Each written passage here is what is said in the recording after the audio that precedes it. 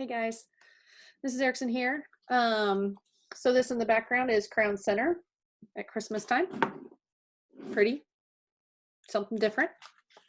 So we are ready for chapter 5. Chapter 4 ended with Buck being led by different humans, a Scottish guy, and they are running them to death. They're not getting very many breaks, and so we're going to pick up there. Chapter 5, the toil of trace and trail.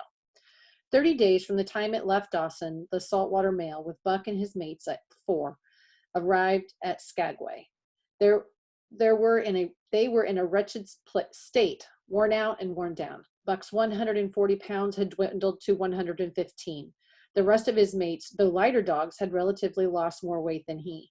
Pike the maligner, who in his lifetime of deceit had often successfully found a hurt leg, was now limping in earnest. Solex was limping, and Dub was suffering from a wrenched shoulder blade. They were all terribly footsore. No spring or rebound was left in them. Their feet fell heavily on the trail, jarring their bodies and doubling the fatigue of the day's travel. There was nothing the matter with them except that they were dead tired. It was not the dead tiredness that comes through brief and excessive effort, from which recovery is a matter of hours, but it was the dead tiredness that comes through the slow and prolonged strength drainage of months of toil. There was no power of recuperation left, no reserve strength to call upon. It had been all used, the last least bit of it. Every muscle, every fiber, every cell was tired, dead tired, and there was reason for it. In less than 5 months, they had traveled 2,500 miles during the last 1,800, of which they had had but 5 days' rest. When they arrived at Skagway, they were apparently on their last legs. They could barely keep the traces taut, and on the downgrades, just managed to keep out of the way of the sled. "Mush on, poor sore feets," the driver encouraged them as he trotted down the main street of Skagway. "Dis is de last. Den we get one long rest, eh? For sure, one bully long rest." The drivers confidently expected a long stopover. Themselves, they had covered 1,200 miles in 2 days. And in the nature of reason and common sense, they deserved an interval of loafing. But so many were the men who had rushed into the Klondike, and so many were the sweethearts, wives, and kin that had not rushed in, that the congested mail was taking on alpine proportions. Also, there were official orders. Fresh batches of Hudson Bay dogs were to take the places of those worthless for the trail. The worthless ones were to be got rid of, and since dogs count for little against dollars, they were to be sold. 3 days passed, by which time Buck and his mates found how really tired and weak they were. Then, on the morning of the 4th day, 2 men from the States came along and bought them, harness and all, for a song. The men addressed each other as Hal and Charles. Charles was a middle-aged, lightish-colored man with weak and watery eyes and a mustache that twisted fiercely and vigorously up, giving the lie to the limply drooping lips it concealed. Hal was a youngster of 19 or 20, with a big Colt revolver and a hunting knife strapped about him on the belt that fairly bristled with cartridges. This belt was the most salient thing about him. It advertised his callowness, a callowness sheer and unutterable. Both men were manifestly out of place, and why such as they should adventure the north is part of the mystery of things that passes understanding. Buck heard the chaffering, saw the money pass between man and the government agent, and knew that the Scottish half-breed and the mail train drivers were passing out of this life on the heels of Perrault and Francois, and the others who had gone before. When driven with his mates to the new owner's camp, Buck saw a slipshod and slovenly affair. Tents half sketched, dishes unwashed, everything in disorder. Also, he saw a woman, Mercedes, the men called her. She was Charles's wife and Hal's sister, a nice family party. Buck watched them apprehensively as they proceeded to take down the tents and load the sled. There was a great deal of effort about their manner, but no businesslike method. The tent was rolled into an awkward bundle 3 times as large as it should have been. The tin dishes were packed away unwashed. Mercedes continually fluttered in the way of her men and kept up an unbroken chattering of remonstrance and advice. Then they put a clothes sack on the front of the sled. She suggested it should go on the back, and when they had put it in on the back and covered it over with a couple of other bundles, she discovered overlooked articles, which could abide nowhere else but in that sack, and they unloaded again.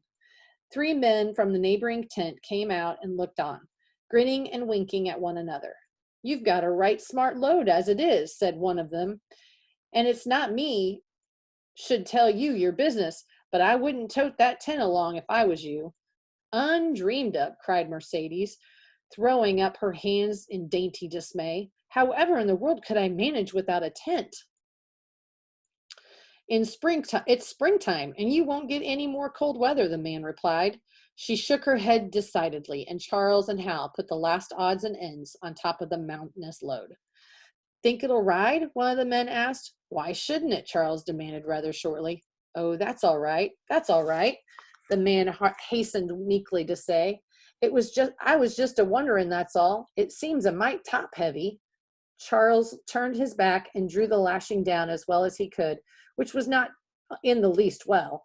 "And of course the dogs could hike along all day with the contraption behind them," affirmed a second of the men. "Certainly," said Hal with freezing politeness, taking hold of the gee-pole with one hand and swinging his whip from the other. "Mush!" he shouted. "Mush on there!" The dogs sprang against the breastbands, strained hard for a few moments, then relaxed. They were unable to move the sled. "The lazy brutes! I'll show 'em!" he cried, preparing to lash out at them with the whip. But Mercedes interfered, crying, "Oh, Hal, you mustn't!" as she caught hold of the whip and wrenched it from him. "The poor dears! Now you must promise you won't be harsh with them for the rest of the trip, or I won't go a step." "Precious lot you know about dogs," her brother sneered, "and I wish you'd leave me alone. They're lazy, I tell you, and they've got to whip them to get anything out of them. That's their way. You ask anyone as one of those men." Mercedes looked at them imploringly, untold repugnance at sight of pain written on her pretty face. "They're weak as water, if you want to know," came the reply from one of the men. "Plumb tuckered out. That's what's the matter. They need a rest." "Rest be blanked," said Hal, with his beardless lips, and Mercedes said, "Oh," in pain and sorrow at the oath. But she was a clammish creature, and rushed at once to the defense of her brother. "Never mind that man," she said pointedly. "You're driving our dogs, and you do what you think best with them." Again, Hal's whip fell upon the dogs. They threw themselves against the breastbands, dug their feet into the packed snow, got down low to it, and put forth all their strength. The sled held as though it were an anchor. After 2 efforts, they stood still, panting. The whip was whistling savagely, when once more Mercedes interfered. She dropped on her knees before Buck with tears in her eyes and put her arms around his neck. "You poor, poor dear," she cried sympathetically. "Why don't you pull hard? Then you won't be whipped." Buck did not like her, but he was feeling too miserable to resist her, taking it as part of the day's miserable work. One of the onlookers, who had been clenching his teeth to suppress hot speech, now spoke up. "It's not that I care what belongs to you, but of those dogs' sake, I just want to tell you, you can help them a mighty lot by breaking out that sled. The runners are frozen fast. Throw your weight against the gee-pole, right and left, and break it out." The 3rd time the attempt was made, but this time, following the advice, Hal broke out the runners, which had been frozen to the snow. The overloaded and unwieldy sleigh forged ahead. Buck and his mate struggled frantically under the rail of blows. 100 yards ahead, the path turned and sloped steeply to the main street. It would have required an experienced man to keep the top-heavy sled upright, and Hal was not such a man. As they swung on the turn, the sled went over, spilling half its load through the loose lashings. The dogs nearly never stopped. The lightened sled bounded on its side behind them. They were angry because of the ill treatment they had received and the unjust load. Buck was raging. He broke into a run. The team followed his lead. Hal cried, "Whoa, whoa!" But he gave no heed. He tripped and was pulled off his feet. The capsized sled ground under him, and the dogs dashed on up the street, adding to the gaiety of Sagway as they scattered the remainder of the outfit along its chief thoroughfare. Kind-hearted citizens caught the dogs and gathered up the scattered belongings. Also, they gave advice. Half the load and twice the dogs, if they were expected to reach Dawson, was what was said. Hal and his sister and brother-in-law listened unwillingly, pitched tent, and overhauled the outfit. Canned goods were turned out that made men laugh, for canned goods on the long trail is a thing to dream about. Blankets for a hotel, quoth one of the men who laughed and helped. Half as many is too much. Get rid of them. Throw away the tent and all those dishes. Who's going to wash them anyway? Good Lord, do you think you're traveling on a Pullman? And so it went, the inexorable elimination of the superfluous. Mercedes cried when her clothes bags were dumped on the ground and article after article was thrown out. She cried in general, and she cried in particular over each discarded thing. She clasped hands about knees, rocking back and forth brokenheartedly. She averred she would not go an inch, not for a dozen Charleses. She appealed to everybody and to everything, finally wiping her eyes and proceeding to cast out even articles of apparel that were imperative necessities. And in her zeal, when she had finished with her own, she attacked the belongings of the men and went through them like a tornado. Okay, we're going to stop there. This is a pretty long chapter, so we got about a third of the way through, and we will get the next third tomorrow. Have a great day, guys.